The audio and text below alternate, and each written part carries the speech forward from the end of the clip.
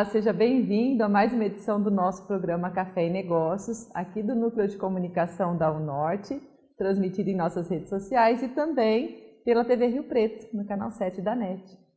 Hoje nós temos aqui uma convidada muito especial, muito importante, minha amiga, a Miriam Rocha, que está aqui na universidade já há algum tempo, né, Miriam? Seja muito bem-vinda. Obrigada, é um prazer estar aqui, agradeço o convite e no café, obrigada. Eu gostaria que você já começasse contando o seu histórico. Você está aqui na antiga UNORTE já há quanto tempo? Eu entrei em 1994. Eu vinha do Rio de Janeiro, né? Então, meu primeiro movimento, assim, mais ousado de sair da minha cidade, onde eu não tinha nem pensado, também saí, mas aconteceu uma oportunidade de vir aqui para o interior de São Paulo. E aí foi o primeiro movimento, assim, de mudança e acabei ficando. E já faz tempo? Já, e aí entrei na instituição em 94, a convite da direção na época, né, uma carga horária até menor. Então entrei como bibliotecária, depois eu estudei também, fiz a parte da especialização, depois eu entrei na graduação, fui professora aqui durante muitos anos e hoje em dia eu dou aula fora, só na pós-graduação. Então aqui eu não sou mais docente, mas eu fiquei mais de 10 anos dando aula aqui também, além de bibliotecária. E é a grande responsável aqui do nosso acervo. Sim, sou responsável, né, pelo serviço de informação aqui da UNORTE durante esse tempo todo, e né, o NORP agora o Norte. E aí, pensando nessas inovações todas, pensando nessa mudança, né, informacional, né, e tecnológica, e de que maneira a gente pode realmente atender dentro da universidade, né, as reais necessidades dos usuários, né, em relação a pesquisa, extensão, projetos. Então, estou nesse estudo agora, né, dessas transformações. A gente precisa mudar. Precisa atualizar, né? Você trouxe, né, posso dizer assim, trouxe a biblioteca virtual aqui para a gente já faz uns anos. Já. Né? E já está assim, acho que hoje os alunos já têm muito mais afinidade, mas consegue utilizar e vê a vantagem de utilizar esse acervo virtual, né? Sim, é que assim, existem as culturas, né? Agora o movimento é essa cultura informacional tecnológica, né? Que trouxe muitas facilidades, tanto que quando aconteceu a pandemia, nós não sofremos nada, porque nós já tínhamos esse recurso, né? Imagina se você não tivesse, imagina, 17 de março, sei lá, de 2020, o mundo parou, nós fechamos a instituição. Como é que ficaria? A biblioteca fechada, nós ficamos, né, impossibilitados de trabalhar fisicamente, como seria? E nós não sofremos absolutamente nada, nós simplesmente já tínhamos o recurso, então isso foi fantástico, né? Já tinha um ambiente virtual também, né? Já, e a cultura já vinha acontecendo de modo bem suave, assim, gradativo. Eu acho que isso deu um ponto a mais nessa cultura, né? Demos um passo a mais, porque aí todos começaram a usar, porque não tinha saída, né? E eu acho que isso contribuiu para facilitar essas questões culturais mesmo de acesso informacional eletrônico. É claro que a gente não vai morrer com essas questões do livro, né? Ultimamente eu tenho estudado muito isso. Como é que a gente vai fazer com esse acervo que é impresso, que está aí, né? Como é que a gente pode ainda trabalhar dentro desses recursos que são históricos, a gente pode trabalhar de todas as formas e abrir acervos. Eu gosto muito de trazer a parte cultural também. Eu preciso descer, eu quero descer, eu não quero mais estar onde eu estou aqui, sabe? Eu quero descer, esses livros precisam estar no meio das coisas acontecendo, no pátio, na cantina, esses espaços, sabe? E ter, claro, um movimento também um pouco mais silencioso para as pesquisas e estudos, tudo bem, mas a gente precisa estar mais no meio, sabe? Antigamente a biblioteca era não fume, não coma, não isso, não aquilo. Não, agora não. Agora tão isolado. Exatamente. Agora eu quero que ele venha prazerosamente para o seu café, por exemplo, na biblioteca, enquanto você lê. Isso é muito comum atualmente. É verdade. Então, nossos caras, a gente via muito. Ô Miriam, você sabe que ontem eu estive numa gráfica que faz encadernação e eu vi, na verdade eu fui levar um livro para restaurar. E vi ali, né, além de teses e publicações, mas também o pessoal restaurando o livro. Eu fiquei muito feliz porque é uma coisa que, a princípio, a gente fala, agora já tem todo o e-book, a parte tecnológica, né, e o pessoal não tem mais... Eu, particularmente, eu gosto e eu ouço muitos, tanto professores quanto alunos falando que ainda gosta de manusear. A gente gosta de rabiscar, né, escrever, anotar. Mesmo que num iPad você faça isso, num aparelho você faça... marque, né? Faz uma anotação, mas é diferente, né? É diferente. Eu tenho apreciação profunda pelo livro, né? Eu não posso falar, sou suspeita, eu tenho apreciação profunda. Eu tenho muitos livros impressos ainda, alguns livros eu prefiro tê-los impressos, mesmo tendo ele eletrônico, inclusive, tá? Mas, por exemplo, para viajar, como é que você faz? Eu já carrego o Kindle e acabou, eu já nem penso mais em peso, então isso também tem. Agora, a questão do restauro, né, você tocou num ponto interessante. Eu vim do Rio de Janeiro, eu vim da Biblioteca Nacional, então eu fui funcionária da Biblioteca Nacional. Quando eu mudei para cá, para a região, eu era funcionária de lá, era concursada e trabalhava na Biblioteca Nacional, trabalhava na seção de referência, então eram pesquisadores, né? Eu trabalhava para os usuários de pesquisa e nós tínhamos a seção específica de restauração. E era um universo assim incrível, era muito bonito o trabalho. E você vê obras, né, que são obras raras, sendo mantidas, né? E como essas exposições dessas obras são interessantes, né? Você vê a letra, você vê a grafia. Você pega livros manuscritos, entendeu? Eu tenho um livro manuscrito da minha mãe, por exemplo. Minha mãe estudou no livro manuscrito na Espanha. E eu tenho esse livro da minha mãe. Então, é raridade. Então, a gente também não pode perder isso, né? Então, eu acredito que as culturas, elas se movimentam assim. Você não pode totalmente isolar aquilo e digo, não, isso aqui não existe mais. Não, não. Existe movimento para isso aqui também. Até porque se a gente está aqui hoje, né, é porque foi construído algo antes. Um caminhar, um passo a passo até chegar aqui. Com certeza. Eu estava vendo recentemente também, eu estava vendo os escritos da Anne Frank. Né, que é uma obra que eu li há anos, né? Nossa, trabalhei com essa obra muito quando eu trabalhei para a formação de leitores, professores de leitores, eu sempre fiz projetos com essa obra. Então, quando eu tive a oportunidade de conhecer, né, o Museu da Anne e eu vi todos os manuscritos dela, me emocionei imensamente, assim. E eu fico pensando, se ela não tivesse feito isso, e se não tivessem mantido isso? Então, não é só o livro, né, o Diário de Anne Frank, é tudo que ela escreveu. Então, ela tem cadernos e cadernos assim que são expostos e os jovens ficam vendo isso, ou seja, o legado que se deixa também como um jovem que na época, gente, ela tinha 11 anos, 11, 13, foi quando ela faleceu. Como uma pessoa com 11 anos tem uma clareza, uma criança, né? É incrivelmente emocionante. Bom, então eu fico muito impressionada com esse poder da escrita, sabe? O que essa escrita oferece, o que ela deixa em registro, né? Veja bem, gente, a gente tem o DNA fica ali, você né? tem o livro eletrônico, ok, mas ele vem de onde? Ele vem da escrita, ele vem da tua escrita, né? Então eu acho que, eu penso, né, que isso tem lugar para tudo isso. Existem lugares assim para tudo, né? Isso não vai acabar. Não vai acabar. Isso tem um movimento e esses movimentos vão se transformar e cada um vai se adequar dentro também dessas facilidades, porque a gente não pode negar sobre a facilidade. Facilidade existe, é preciso só dosar. É igual a internet. Você é contra a internet? Existe o uso excessivo de internet. Não sou contra a internet, pelo amor de Deus, adoro, não vivo sem. Ajuda mas muito. Eu tenho os períodos em que eu utilizo e os períodos que eu vou fazer outra coisa. Entendeu? Miriam, Eu vou vamos dosar. dar um tempinho agora, eu vou pedir para você segurar e continuar falando a respeito disso. Nós vamos dar um intervalinho rapidinho e já voltamos. Tá ótimo.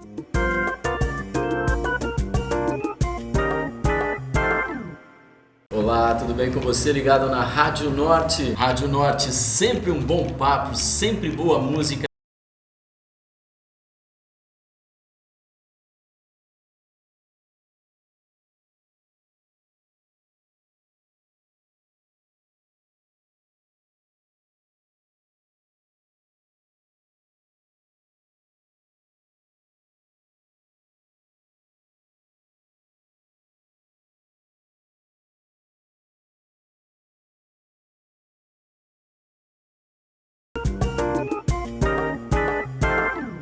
Já estamos aqui de volta. A Miriam estava falando a respeito da internet, né, Miriam? Como que a gente fica sem também, né?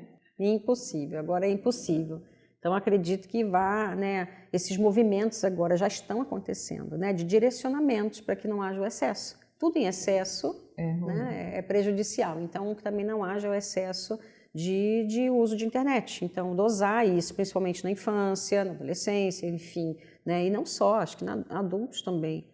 Então, eu acredito nisso. Agora, nas questões biblioteca, pesquisa, informação, isso foi um salto abissal, assim. Eu me lembro na UFRJ, foi meu primeiro trabalho em biblioteca universitária, foi na UFRJ, na Ilha do Fundão, no Rio de Janeiro, E nós fazíamos as pesquisas, né, para o mestrado e doutorado nas microfichas, pegando ficha por ficha, colocando lá no leitor para localizar uma informação. Essa solicitação, quando era fora do Brasil, era um processo, era um parto, né? Então, agora é muito fácil, a gente tem acesso a tudo. Hoje a biblioteca, assim, posso dizer que a biblioteca hoje ela não diz não. Isso é muito interessante. Você tem tal coisa? Não. A gente não tem mais não tinha. Você vai buscar. Eu era aluna na UFSCar e eu lembro de ter solicitado um trabalho também, eu não sei qual, da USP, se eu não me engano, e você pedia pela biblioteca para poder te entregar. Exatamente. Né? Aquele tempo que você fica esperando. Hoje a gente tem esse acesso com muita facilidade, né? Nesse intercâmbio, nesse cruzamento de informações via internet, que é fantástico, né? E um custo, né? Pensa no custo dessa informação. Pensa na questão de periódicos, por exemplo, eletrônicos. Como é que nós estamos em periódicos? Nós gastávamos fortunas e fortunas, né, com assinatura de periódicos eletrônicos. Para editar uma revista impressa, quanto que você gasta? Entendeu? E hoje você consegue colocar lá mais rapidamente no ar, com os recursos eletrônicos, né? Então, tudo isso a gente precisa, né, colocar nesse custo-benefício, nessas inovações, nessas questões de acessos, principalmente. Fica tudo muito acessível, se a gente for pensar. Você acha que chega num ponto, por exemplo, eu vou falar de programa de TV, né? Às vezes que fica disponível a qualquer momento e as pessoas, às vezes, tá lá, a hora que eu puder, eu acesso. Acontece isso com o material também, assim, tá disponível na biblioteca, depois eu vejo, depois eu acesso. E esse lado negativo, no caso, né? Você acha que isso pode acontecer ou... Até pode, mas é como eu te falo, né? Existe um processo de conscientização, né, pessoal que também tem que existir quando a gente está falando em recursos eletrônicos. Vou dar um exemplo concreto também, que é muito ligado a isso. Durante a pandemia, tudo foi oferecido online. Tá, mas eu não vou estar online não, mas tem gravação? Isso. Entende? Tem gravação? Só que aí você perde, quando você está só na gravação, você perde a oportunidade de interação. Né? Porque se você está ali online durante o curso, com os materiais... Mais, na maioria das vezes, as pessoas não acessam depois para assistir. A não ser que seja, né, que vai ter uma prova, que vai ter algo que vai realmente te cobrar. Você não tem a pilha de livros impressos? Sim. Nossa, eu tenho uma pilha de livros. Você vai ter uma pilha de arquivos para assistir. Então, é dentro desse tempo que você vai ter que pensar. Então, por exemplo, às vezes quando eu estou com alguma aula atrasada, hoje, por exemplo, eu faço um curso na Dinamarca, que era impossível de se fazer online. Eu fiz uma especialização gigantesca de 2 anos em Nova York. Agora, acabei durante a pandemia, em 2021. Entendeu? Que foi o meu ato assim, mais ousado de ficar 2 anos estudando online, entende? Num curso seríssimo, com apresentações e aulas e tudo. E eu não perdi uma aula ao vivo, que não podia, não tinha muita facilidade assim, desses recursos, porque você tinha muita coisa para entregar e para interagir. Então, qual é a minha escolha? Né? Qual é a minha escolha? Não, eu quero entrar online, eu quero participar, eu quero ouvir, eu quero discutir, eu quero colocar alguma coisa na hora, quero fazer uma pergunta de interação no momento, tirar uma dúvida. Então, acho que isso vai muito de cada um, né? Eu preciso fazer minhas escolhas conscientes. Eu quero fazer um curso e esse curso eu quero fazer isso. Agora, não me tira a oportunidade de eu não ter horário e eu preciso muito fazer esse curso. Eu vou ter essa responsabilidade de acessar esses arquivos e automaticamente eu vou assistindo isso rapidamente e cumprir o prazo aí do curso ou do material de aula, por exemplo, que eu teria que assistir. Então, eu acho que vai do bom senso e... Eu acho que até a questão do equilíbrio, né? O que a tecnologia nos oferece, as facilidades e tudo, mas a gente não vai perder esse lado do humano, do contato, da comunicação ali, né? No pessoal, no simultâneo. Você pode fazer, né? Você pode dosar, né? O quanto eu vou encontrar presencialmente e o quanto eu vou encontrar virtualmente. Né, tranquilamente, de repente, mas o virtual a gente também precisa entender, por exemplo, localização de parentes distantes, amigos que moram fora, parentes que moram fora. Olha a facilidade que isso trouxe, interações. Né? Então, é essa dosagem que eu acho que precisa acontecer, mas não vai me impedir de marcar minha viagem lá, ficar com meus parentes. Exatamente. Né? Então, tem isso. Acho que isso cabe em todas as esferas, né? Trabalho, estudo... Como é que você vê a questão, assim, o avanço disso? Como é que você vê essa tecnologia na questão da biblioteca, da universidade, daqui a algum tempo? Eu penso que agora a gente precisa direcionar, está no momento de direcionar. Porque olha só, os alicerces já foram preparados, tá? A biblioteca saiu totalmente do impresso para oferecer impresso e virtual. Ok, ela conseguiu. Então, ela já se ajustou em livros, ela se ajustou em periódicos, ela se ajustou em serviços, sistemas que funcionam, né? Não adianta você ter só material. Você precisa de um sistema ágil que funciona, que abre um arquivo, que faz suas coisas da sua própria casa. Os alunos aqui renovam, reservam, fazem tudo da sua própria casa. Muito fácil. Né? Não tem peso, né? Você vê o pessoal da saúde com livros gigantescos, né, que não precisam mais do peso na mochila, nas costas, né, no carrinho. Ele pode fazer essas renovações todas da casa dele e só trazer no dia que ele realmente vai devolver. Então, nós temos vários recursos em relação a isso. Então, eu acredito que essa parte sedimentar, sabe, o alicerce, ele está todo pronto. Agora a gente precisa um pouco mais. A gente precisa saber até onde a gente quer chegar e como a gente vai contribuir para essa dosagem. O que a gente pode oferecer de serviços combinados, humanizar esses serviços, porque atrás de todo computador tem alguém. Ponto. Ponto. Atrás de todo computador tem alguém. Né? E essa inteligência artificial agora? Eu acho fantástico. Eu acho fantástico. Eu não tenho resistência absolutamente alguma com essas questões das mudanças, as inovações. Eu só penso sempre nesse ajuste, entendeu? Onde cabe, onde não cabe, onde pode caber 100%, onde só cabe 50% e 50% a gente faz de outro jeito. Então, hoje na biblioteca, por exemplo, aqui eu tenho isso. Tenho uma dosagem de oferecer esse alicerce, né, que é tecnológico, que tal, mas eu tenho um projeto de humanização, tenho um projeto de bem-estar que é tete-a-tete, que acontece. Ele vai para online só quando há um problema, que é o projeto Meditação, Yoga e Poesia. Eu quero que você conte um pouquinho mais desse projeto seu e da Miriam empreendedora, mas antes nós vamos dar uma pausa aqui, vamos para o intervalo.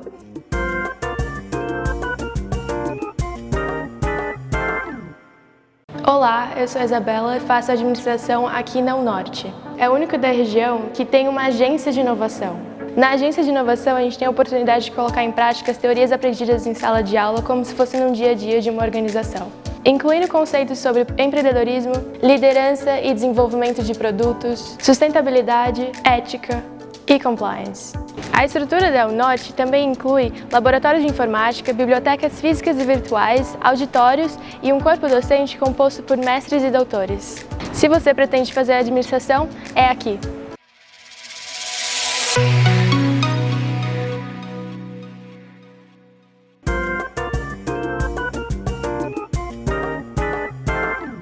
Estamos aqui de volta. A Miriam vai contar um pouquinho desse projeto, meditação, como que funciona.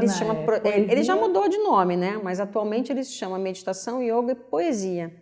Tá? Então são práticas de bem-estar, né? Práticas onde o aluno, o funcionário, e nós atendemos também a comunidade, eles vêm até a instituição em horário contraturno para que eles possam respirar, né?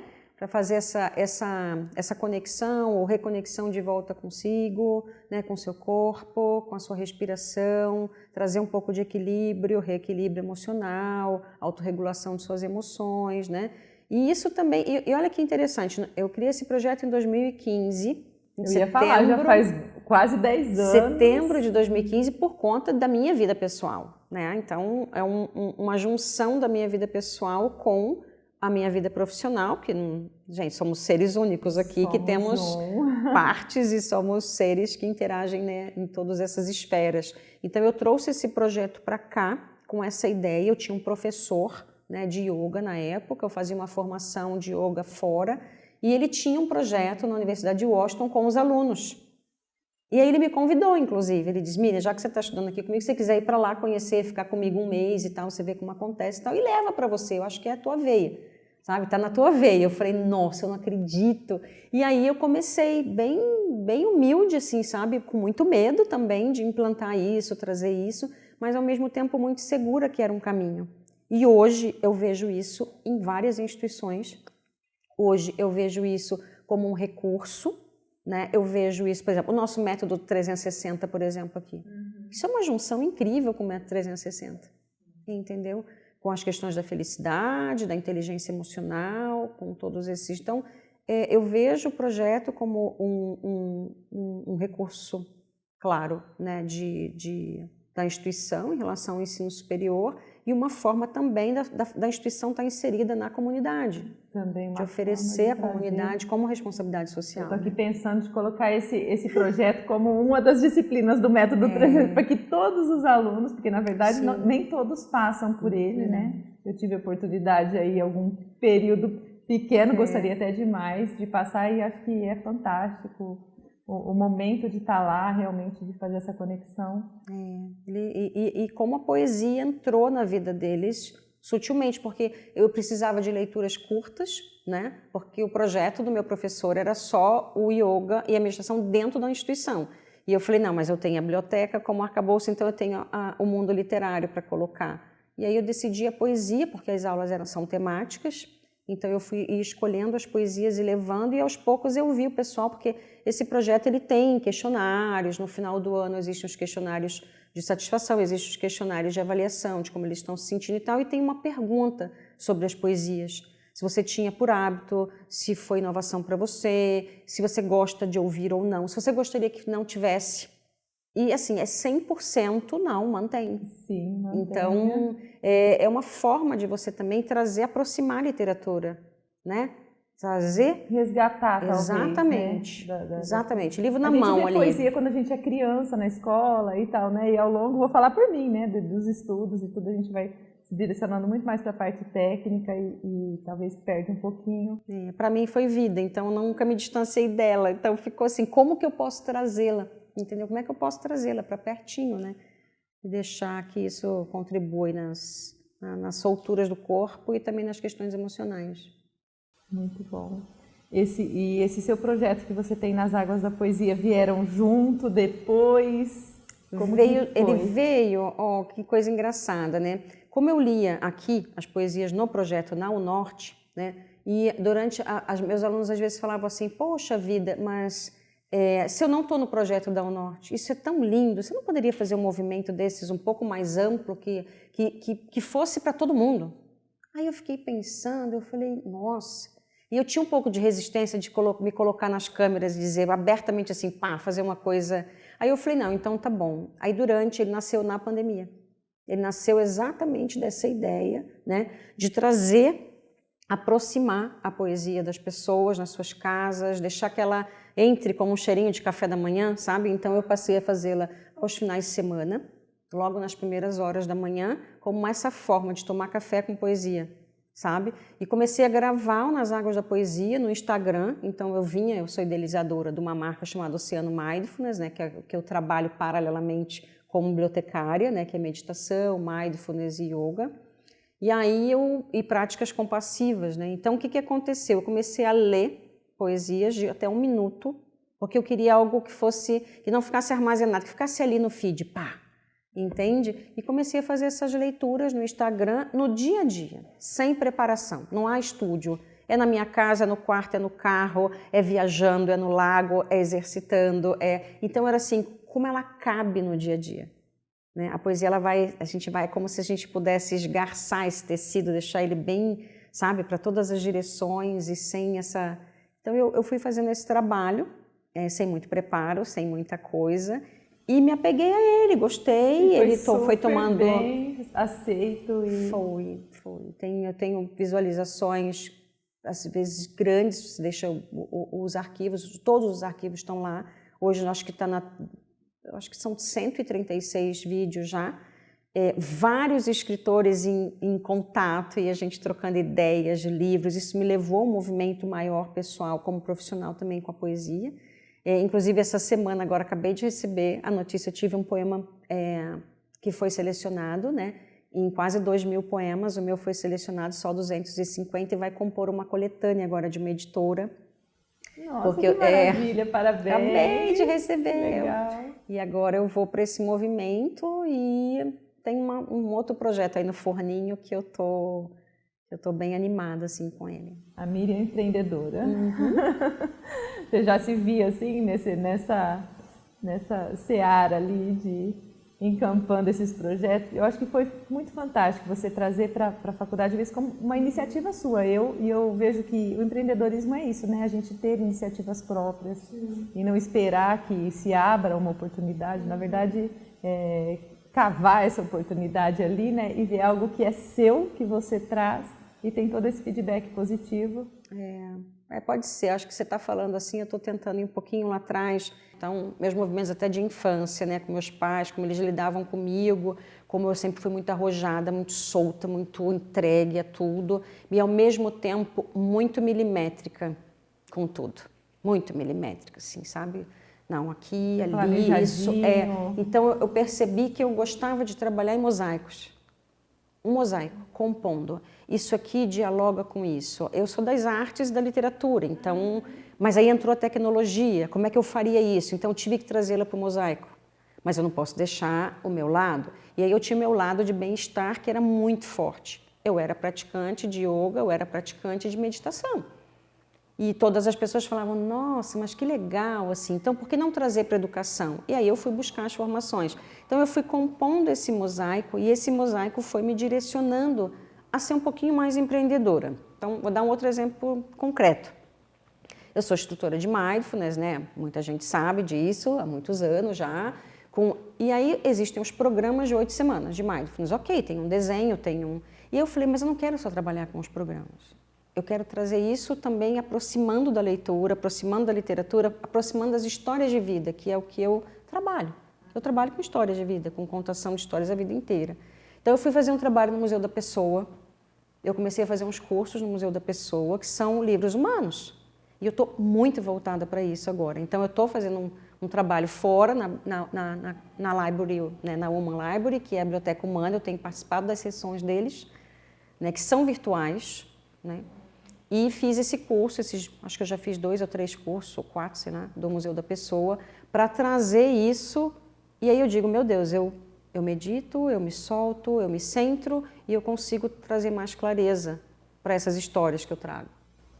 Eu sou movida a vocês, você tem, né? Eu vou deixar uma sementinha, se você vai voltar para contar para a gente depois dessa história.